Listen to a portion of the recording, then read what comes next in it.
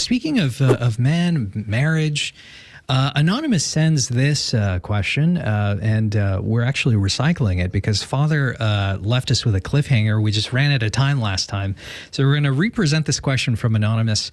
What advice do you have, or what have you seen work best regarding families that have transitioned from two incomes to one and are striving to live a more traditional lifestyle? The answer was basically find people who've done it and ask them, given your particular circumstances, like where you live and things like that.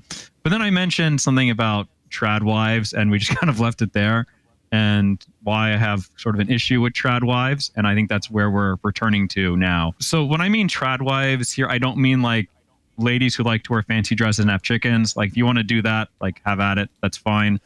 But I'm thinking more along this idea of, the husband goes out to work and the wife stays at home all day and is a homemaker, either, alone or maybe with the kids all day. And then dad comes home and she has the dinner ready and they all sort of eat together, and then she cleans up and goes to bed or whatever. Basically the 1950s idealized wife. And the reason why I have a lot of issues with this, one is because it was a disaster in the 1950s. Like there was a reason why feminism came out, right? And the reason they came out was because there was a real issue. So there were real issues that feminism was reacting to, but their answer was the wrong answer. And then part of the reason is this sort of isolation of the woman in the house, where for her own sort of psychological and emotional well-being, she needs to be around other women. Especially younger women need to be around older women. They self-regulate sort of each other emotionally, and it's very helpful for their own, again, mental health, spiritual health, emotional health, to be around other women. And if you are isolating them in the house all day, they are not getting that, and it's going to be very detrimental.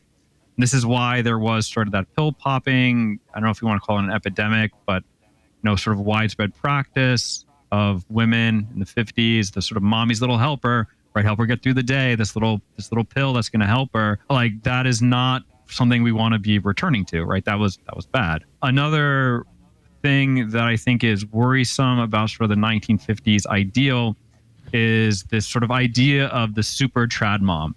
And the super trad mom is the mom who can stay at home all day and have like her 6 kids and take care of the house, take care of the kids, get all the homeschooling done and everything, and she needs to do it all on her own. And if she doesn't do that, she's a failure as a mother. And I think that's a horrible setup, because that was never like a historical reality. Because historically, she would never have been alone. She would have had, her in-laws, her parents, aunts, uncles, cousins, all sorts of other people around to help her to do this work.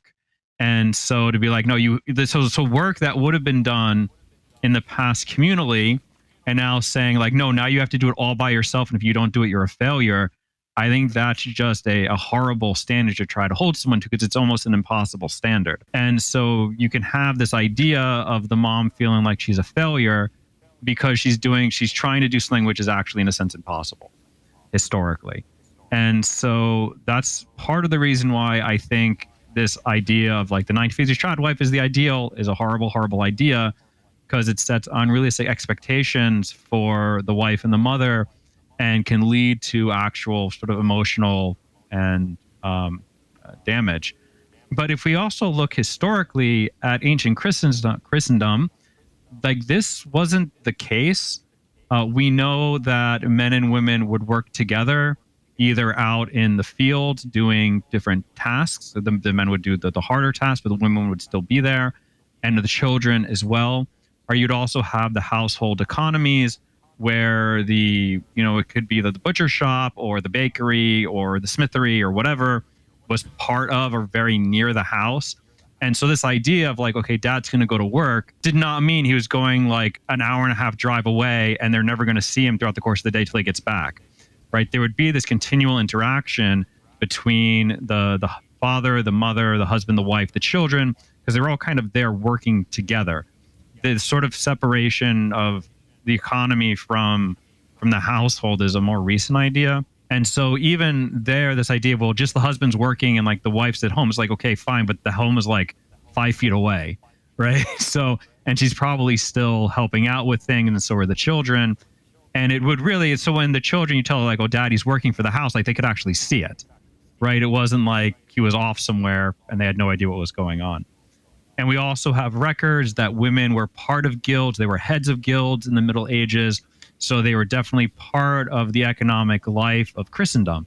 And to try to pretend like this trad wife ideal of the stay-at-home wife goes back like hundreds and hundreds of years is just not historically accurate. And then even too, if we go back to scripture, the great description of the valiant woman from Proverbs has her doing all sorts of things. She's buying land, she's buying and selling, she's taking care of the household. Like, she's not just staying at home. Like, and so if we're saying that the scriptural ideal, the ideal of Christendom, and all this is not the 1950s trad wife.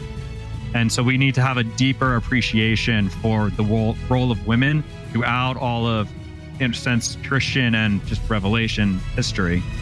So that would be absolutely what I have to say about that.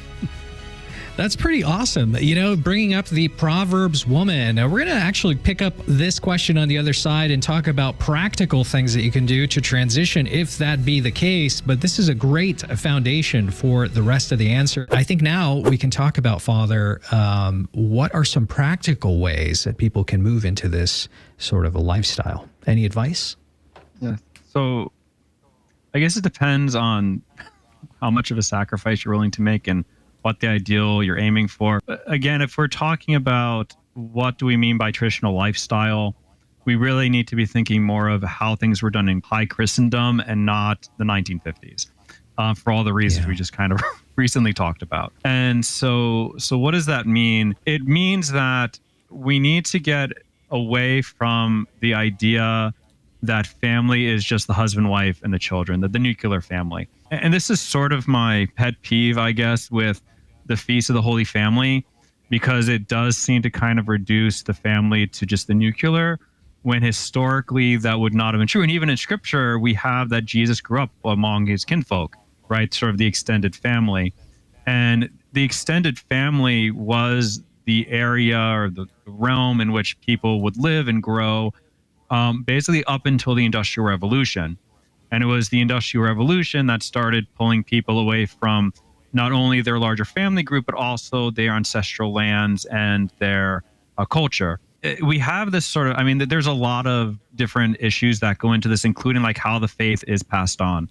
And historically, originally, you know, the faith was passed on in your village by those you were with and your village priest. And, you know, maybe every once in a while the bishop would come and see how things are going on.